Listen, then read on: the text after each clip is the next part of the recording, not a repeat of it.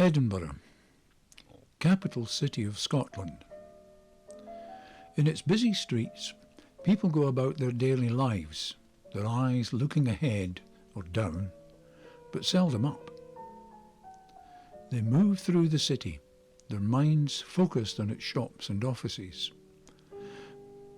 But above their heads, sometimes far above, is a part of the city not seen by those who never look up. It is a place inhabited by people of stone and creatures of legend.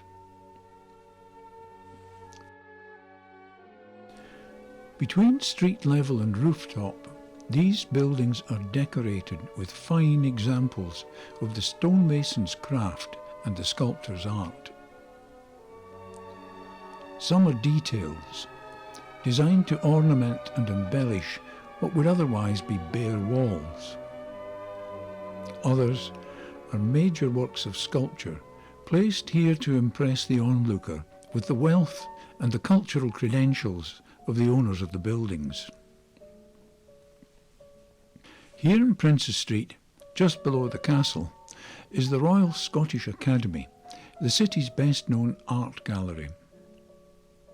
Built between 1822 and 1836, its north-facing pediment was crowned in 1844 by this seated statue of Queen Victoria by John Steele, her robes draped so as to give a general idea of Britannia.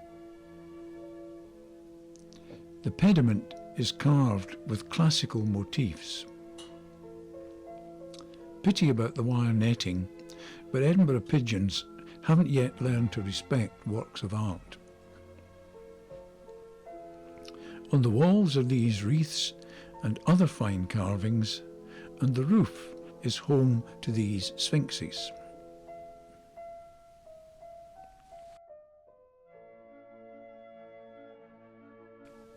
To the east of the Academy, we come to one of Edinburgh's best-known landmarks, the Scott Monument, a building that positively bristles with finely carved stonework. Scott died in 1832, and funds were raised for this Gothic monument, designed by George Meikle Kemp and built by David Lind between 1840 and 1846. There are 64 statuettes in the niches around the monument, representing various characters in Scott's novels, as well as 16 Scottish poets. There are also minor pieces of a purely decorative nature.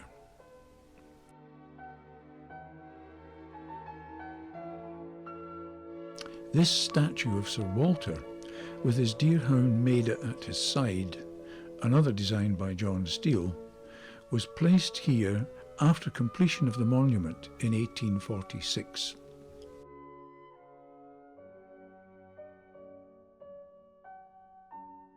Moving north onto Queen Street, we come to the National Portrait Gallery, built between 1885 and 1890 of red sandstone from quarries in Dumfriesshire. Its walls are copiously decorated with statues depicting figures from Scottish history. On its east-facing side is this trio of Queen Mary, flanked by Bishop Leslie and Maitland of Lethington.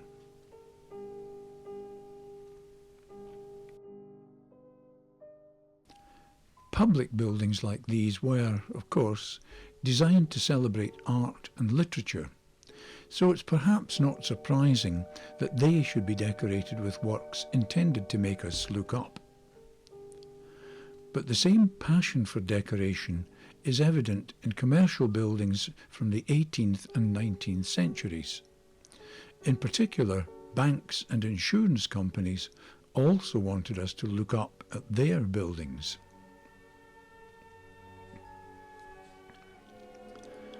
This George Street building dates from 1847 and was originally the headquarters of the commercial bank. Designed by the architect David Rind, the style is Greco-Roman and the building is fronted with fine fluted columns and Corinthian capitals. The pediment above sports this array of high relief statues carved by A. Handyside Ritchie. The central figure denotes Caledonia, who is flanked by prudence, agriculture, commerce, enterprise, mechanical science and learning.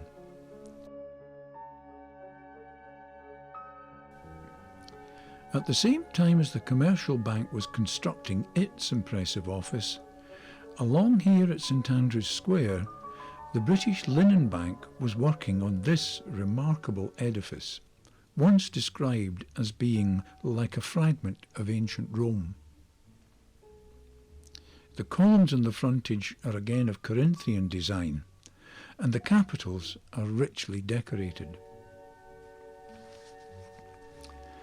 The architect here was David Bryce, and the statues on the parapet were again carved by A. Handyside Ritchie to represent similar themes, in this case navigation, commerce, manufacture, science, art and agriculture. Looking at these buildings, it seems clear that their designers and constructors intended to impress upon us their wealth, power and sense of cultural worth. And in these times, if you wanted to impress, you had to do it in stone. In 1892, the Prudential Assurance Company wanted to build their new office here in Andrew Square in the red brick typical of their English branches. They were given a flat no. If you want to build here, you must build in stone. They were allowed red stone. Stone was a material readily available from quarries around the city and from further afield, and there were architects, designers, sculptors and masons well skilled in its use. Masons would cut and place the stones to build the walls. Others, with finer skills, would carve details such as these borders with their rectangular blocks. The more skilled would carve the capitals and motifs in the friezes, as well as figures like these cherubs. And the artist sculptors would create the statues.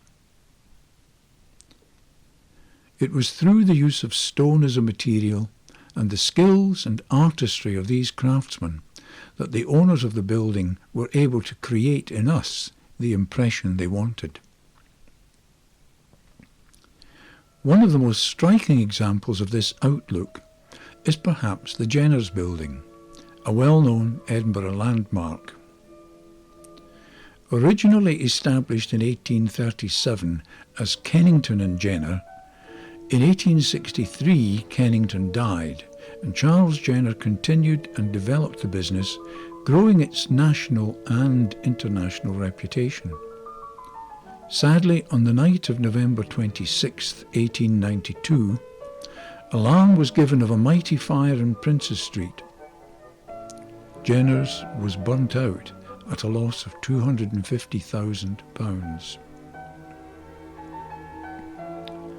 When it came to rebuilding, Charles Jenner wanted the business rehoused in a manner worthy of the company's reputation and its position in one of the world's finest streets, so it had to be built and well decorated in stone. On Monday, May 6, 1895, a striking new building was formally opened and immediately took its place as one of the finest of its kind in the city. Its walls are festooned with ornamental stonework, and its numerous statues look down silently on the bustling traffic in the streets below. The carving over the main entrance declares the company's establishment in 1837, to remind you that you are entering a store with a long and impressive history.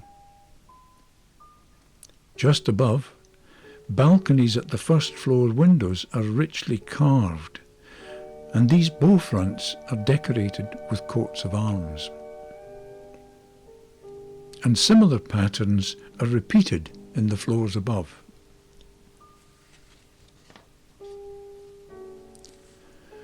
In the angled bay of the tower are skillfully carved and pleasingly draped female figures in national costume representing Scotland and England. In the bays fronting Princes Street are similar statues representing Ireland and France. And on the St David's Street side, the figures are meant to be typical of America and Germany. This splayed corner was borrowed from the Bodleian Library in Oxford and rises skyward to an octagon with flying buttresses, and is in itself a most impressively carved and decorated structure. And just for good measure, to the west of the octagon are these windows fronted by sumptuous balconies and flanked by caryatids that would not look out of place in ancient Greece or Rome. And finally, looking down on it all from the roof above, are these dragon-like creatures. Charles Jenner wanted his newly rebuilt store to impress his customers, be they the citizens of Edinburgh or from farther afield. He certainly succeeded. The Jenners building has been aptly described as a wondrous compilation in pink stone. It is probably the richest example of decorative stonework anywhere in the city. Up here, there are fine pieces of stonework you could spend all day admiring. Maybe there are similar examples of decorative stonework in a town near you. But you will only be able to see them if you look up.